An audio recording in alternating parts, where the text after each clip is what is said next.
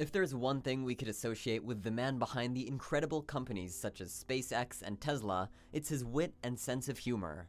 As much as he is recognized and lauded for his innovations, Elon already has a sense of humor which allows him to navigate questions with ease. And that quality is at the most obvious when he is dealing with hostile journalists. In these clips, you can see how much pride he takes in his work, as well as how humble he is when it comes to taking credit. Rather than calling his meteoric rise a product of good business acumen or simply his own genius, Elon went ahead and said that the secret behind his success is that he works hard. This might sound cliched, but he has the results to back up his claims. How have you done this? These projects are so... These PayPal, SolarCity, Tesla, SpaceX, they're so spectacularly different. They're such ambitious projects at scale. How on earth has one person been able to innovate in this way? What is it about you? I don't know, actually. I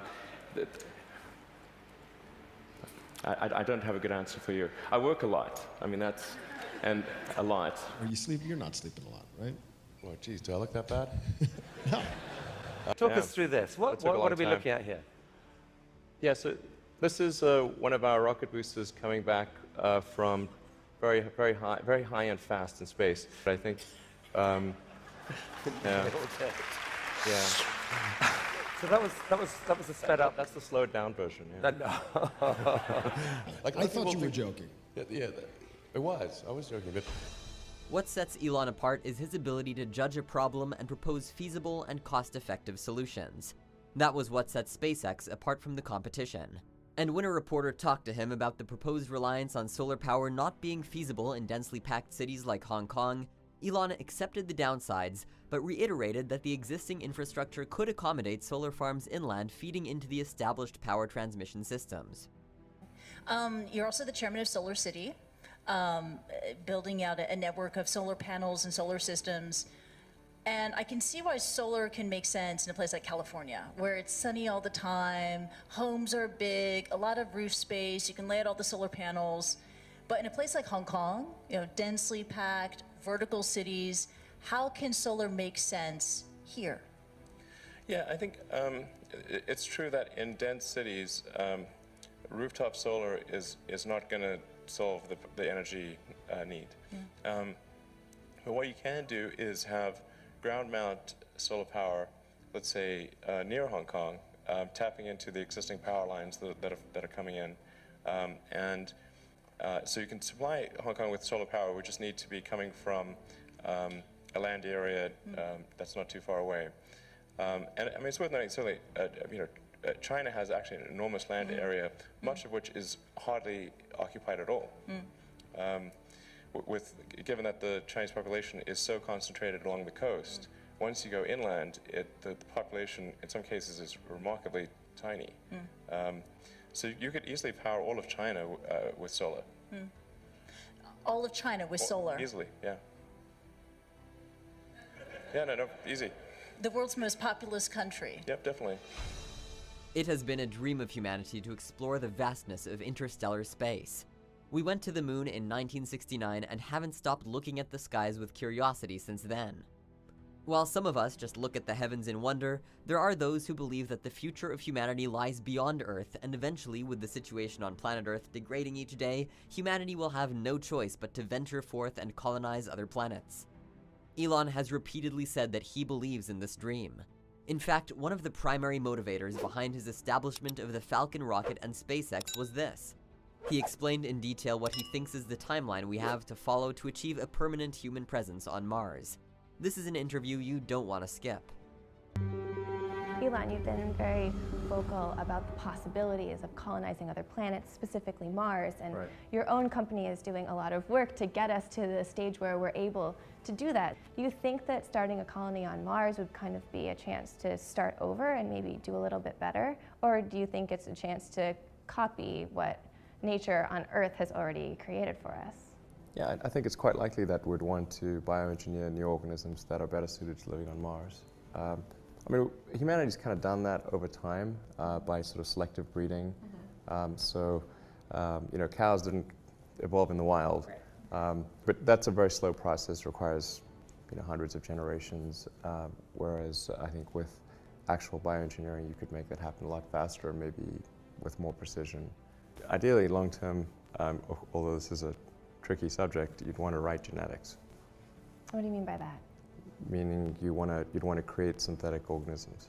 Completely synthetic organisms? Not necessarily completely, but start with some base and then modify stuff. In the interest of colonization of other planets, are you relying on the research of government-funded space programs on the effects of, being in space for long periods of time, or does SpaceX have any interest in doing its own research? Well, I think the verdict is in with respect to long-term existence in space, really mostly about zero-G. In my opinion, it is certainly. Defining long-term, too. Well, certainly more than enough to get to Mars. Okay. Mars is, if you have a low energy trajectory, like minimum energy trajectory is about 6 months. I think that can be compressed down to about 3 months.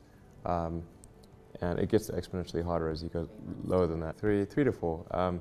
And it's important to actually be at that level because then you can send your spaceship to Mars and bring it back on the same orbital synchronization. So Earth and Mars sync up every 2 years, and then they're only kind of in sync for about 6 months. So and then they're really too far apart.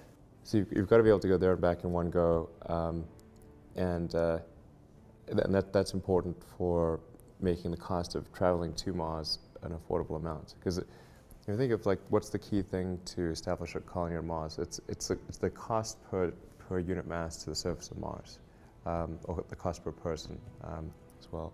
At a certain level, if it's too high, obviously there won't be such a thing. But once it gets to a certain level, it will it's like a reaction. The activation energy is sort of like the economic activation energy of a Martian colony. Right now it's like I don't know. If the last NASA estimate was $500 billion, and that was during Bush the First. So I would imagine today's estimate is $1 trillion. Now we're not going to go spend $1 trillion on sending 4 people to Mars. So right now the cost of going to Mars is beyond what can be afforded. So that's why there's no one's going to Mars. But ultimately, in order to establish a colony, I think you've got to get the cost down to maybe $500,000 or less per person to go. And there's got to be an intersection of sets of people that can afford to go and people that want to go. It's obvious by now that humanity cannot keep consuming fossil fuels indefinitely. Despite all the claims by the oil and gas giants, it is apparent to everyone that we have a question of when instead of if. And this is the point Elon Musk reinforced when talking to a room full of oil and gas giants.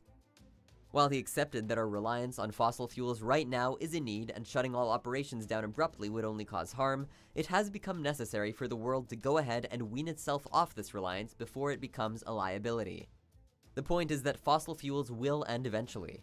That is a certainty. But in the form of the sun, we have a near inexhaustible supply of power. So the sensible course of action is to accelerate our transition while we can afford to.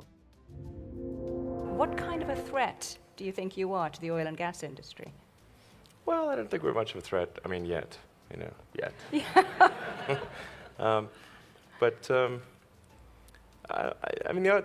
The more obvious threat is that we're going to run out of hydrocarbons to mine and burn.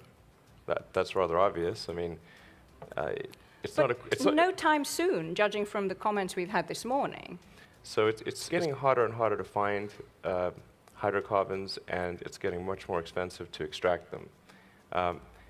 Really, we're just arguing about the when hydrocarbons run out or become prohibitively expensive, not if. I don't think there's anyone here who would say it's an if, not a when. You are, a tech guy, right? You're a physicist and an engineer. You call yourself the chief architect of companies. I tend to view things from You don't sort of think a that physics human standpoint. ingenuity and technology and resourcefulness will mean that we will still have abundant fossil fuels No, of course available? not. This has been going on for some time. They think you've reached the boundaries, and yet they find more. And look at the whole shale gas revolution. There are time extensions on the game, but the game is going to come to an end. That should be absolutely certain, obviously, frankly. I don't have any I don't have any fundamental dislike of hydrocarbons. I simply look at the future and say, what is the thing that will actually work? And using a non-renewable resource obviously will not work. So we must find an alternative. But if there was a button I could press to stop all hydrocarbon usage today, I would not press it. You would not press it? Of course not. You would not press it would cause because human civilization to come to a halt. every hospital would have to That would close be down. ridiculous. So it would be irresponsible to press that button.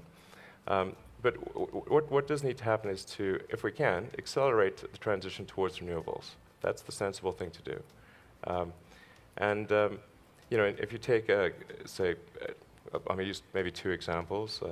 Saudi Arabia, since the Saudi Aramco president spoke here, Saudi Arabia has an enormous amount of sunlight, and that will be there for billions of years, or at least 1 billion years until the sun eventually engulfs us, but 1 billion years, solid.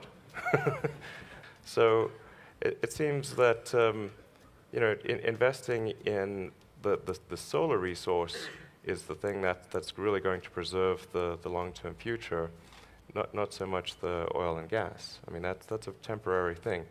In the future, we'll look back, and by future, I'm not talking about super far in the future, I'm talking about towards the end of the century. We will look back on gasoline-powered cars the same way we look back on coal, as sort of a quaint anachronism that's in a museum.